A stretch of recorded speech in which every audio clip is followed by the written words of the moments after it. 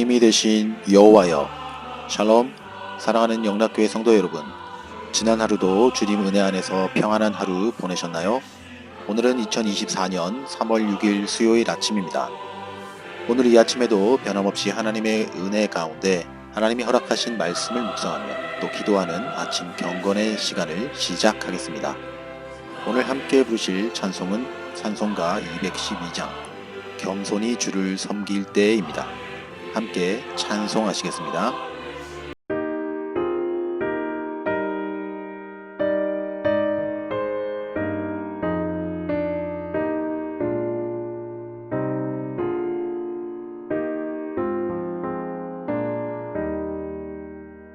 겸손히 주를 섬길 때 괴로운 일이 많으나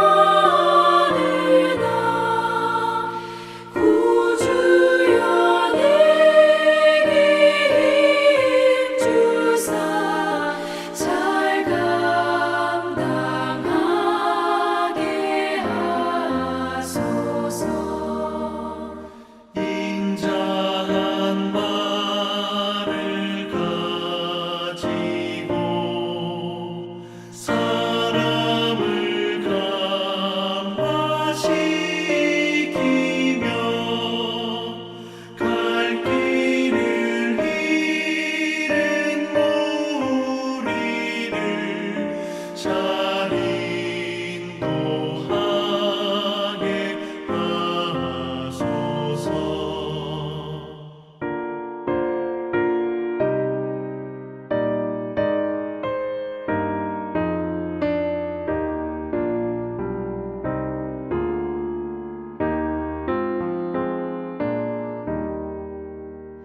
구주의 귀한 인내를 깨달아 알게 하시고 굳건한 믿음 주셔서 늘 승리하게 하소서. 장래의 영광 비추사 소망이 되게 하시며 구주와 함께 살면서 장평강 얻게 하소서.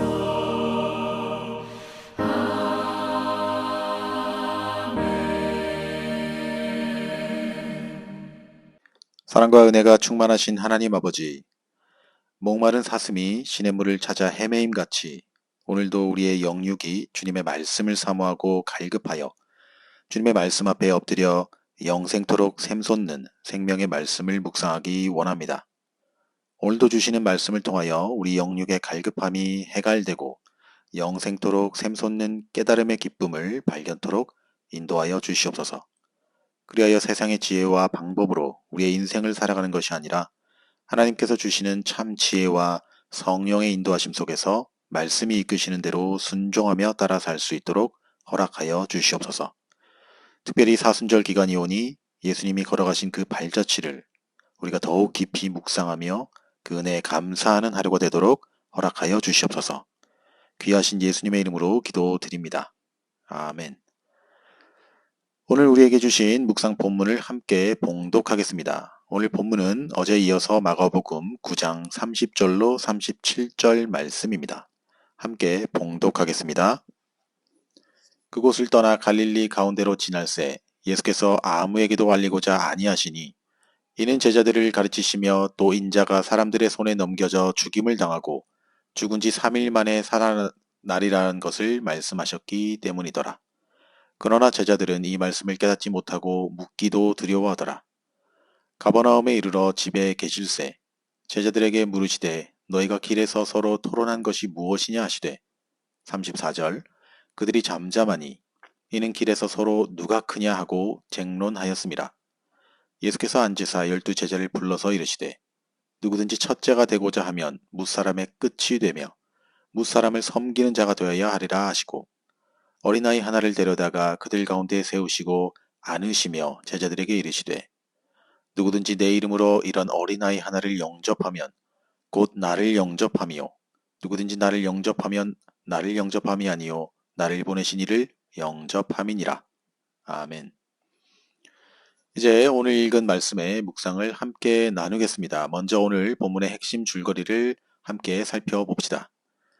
오늘 본문은 예수님의 두 번째 순환 예고와 이로 인해 발생한 누가 큰 자인가에 대한 제자들의 논쟁과 관련하여 주신 겸손과 섬김에 대한 예수님의 교훈에 관한 말씀입니다. 복음서에서는 예수님의 순환 예고가 모두 4차례 등장합니다. 첫 번째 순환 예고는 베드로의 신앙 고백 직후에 있었고 이제 주님은 변화산 사건 이후에 다시금 두 번째 순환 예고를 주심으로써 예수님이 하나님의 아들이신 동시에 또한 인류를 위한 대속의 제물로 죽임을 당하실 고난받는 종임을 제자들에게 드러내고 있습니다. 따라서 제자들은 이 예수님의 순환 예고를 통해 그가 누구신지를 바로 알고 또 주님의 순환의 때를 대비해야 옳았습니다. 그러나 제자들은 주님의 순환 예고를 듣고 그 뜻을 깨닫기는커녕 되려 누가 그들 가운데서 큰가에 대한 어리석은 논쟁을 합니다. 그렇게 예수님은 첫째가 되고자 하는 사람은 다른 사람의 끝이 되고 무사람을 섬기는 자가 되어야 함을 가르치시며 옆에 있던 어린아이 하나를 데려다가 그를 직접 안으시며 겸손과 더불어 섬기는 삶을 살아야 할 것을 교훈하고 있는 말씀이 바로 오늘 본문입니다. 여기까지가 바로 오늘 본문의 핵심 줄거리 요약이었습니다. 자, 그럼 오늘 본문을 통해 발견한 하나님은 어떤 분인지 함께 나눠봅시다. 오늘 제가 발견한 하나님은 낮은 자의 하나님입니다. 본문 37절입니다. 누구든지 내 이름으로 이런 어린아이 하나를 영접하면 곧 나를 영접하며 누구든지 나를 영접하면 나를 영접함이 아니요 나를 보내신 이를 영접함이니라. 예수님께서 그 안고 계신 어린아이를 모델로 제시하여 그런 자들을 섬기라고 교훈하시는 내용입니다. 여기서 어린아이는 낮은 자, 비천한 자의 대명사입니다. 당시 이스라엘을 비롯한 근동 지역 사람들은 여성과 어린아이들을 경시하는 문화적 배경 가운데 있었습니다. 아시다시피 여성과 일정 연령 이하의 아이들은 아예 인구에도 포함시키지 않았을 정도였습니다. 그러므로 예수님의 이 교훈은 영예욕, 권세욕에 빠져있던 제자들에게 있어서 일침을 가하는 그런 말씀이 아닐 수 없습니다. 세상 사람들은 부와 영예를 얻기 위해 이런 것들을 친구 삼기 원합니다. 옛말에도 소도 비빌 언덕이 있어야 비빈다라는 말이 있습니다. 그래서 자기보다 더 유명한 사람, 권세 있는 사람, 돈 많은 사람들에게 접근하고 아첨하여 친분을 쌓기 원합니다. 그러나 우리 성도들의 삶의 방식은 이와는 달라야 합니다. 앞서 언급했듯 영원한 부와 영예를 얻으려면 이 어린아이와 같이 미미한 사람들의 친구가 되어줘야 합니다. 무엇을 얻기 위해 사람을 가려서 사귀는 사람들이 되어서는 결코 안 될 것입니다. 오히려 내 것을 주려고 사람들을 사귀어야 합니다. 사랑하는 성도 여러분, 예수님은 우리를 향해 너희는 세상의 소금이요 빛이라 라고 말씀하십니다. 소금과 빛은 썩고 냄새나는 어두운 곳에 필요한 것들입니다. 이렇듯 세상 사람들이 하찮게 여기고 미미하게 여길 만큼의 낮은 자들의 친구가 되어줘야 비로소 그리스도의 참 제자요 하나님 아버지의 참 자녀로 인정받게 될 것입니다. 자, 그럼 이제 오늘 묵상 본문이 저와 여러분에게 주시는 교훈과 메시지를 한번 살펴보겠습니다. 오늘 본문을 통해 주시는 교훈은 예수의 제자는 십자가마저도 기꺼이 지는 사람입니다. 본문 30절 31절입니다. 그곳을 떠나 갈릴리 가운데로 지날새 예수께서 아무에게도 알리고자 아니하시니 이는 제자들을 가르치시며 또 인자가 사람들 손에 넘겨져 죽임을 당하고 죽은 지 3일 만에 살아나리라 하는 것을 말씀하셨기 때문이더라. 본문은 예수님께서 갈릴리 지역을 은밀하게 지나가고자 한 이유를 설명하고 있습니다. 그것은 십자가 대속 진리를 제자들에게 가르치기 위함이었습니다. 주님이 진정으로 원하는 사람들은 갈릴리 지방의 큰 무리들이 아니었습니다. 단 몇 사람이라도 십자가 대속의 진리를 깨닫고 그 길을 본받을 제자들을 예수님은 찾고 또 원하셨던 것입니다. 사실 우리 기독교의 복음 전파는 오순절 성령 강림 사건 이후에 11명의 사도들로부터 시작되었습니다. 무지한 다수보다 진실한 믿음을 지닌 소수가 귀한 것입니다. 예수님은 오늘도 당신이 지신 십자가 고난까지 참여할 수 있는 진실된 제자를 원하십니다. 예수님을 환호하며 그분께 무언가를 얻으려는 사람들은 허다합니다. 그러나 정작 예수님을 위해 의의 고난을 당하고 교회를 위해 헌신하고 섬기며 핍박당하는 일까지 참여하려는 성도는 극히 소수입니다. 성도 여러분, 사도 바울은 로마서 8장 17절에서 자녀이면 또한 상속자, 곧 하나님의 상속자요. 그리스도와 함께한 상속자니 우리가 그와 함께 영광을 받기 위하여 고난도 함께 받아야 할 것이니라 라고 말씀합니다. 그러므로 사랑하는 성도 여러분, 십자가 고난은 우리 기독교의 근간입니다. 이 고난을 이해하지 못하고 이 고난에 참여하지 못하고는 온전한 신앙인으로 주님께 인정받을 수 없습니다. 그렇게 사순절 기간을 보내고 있는 이때에 더욱 주님의 은혜뿐만 아니라 그분이 걸어가신 고난의 길 가운데도 동참할 수 있는 참된 성도들이 다 되시길 우리 주님의 이름으로 축원합니다. 함께 기도하겠습니다.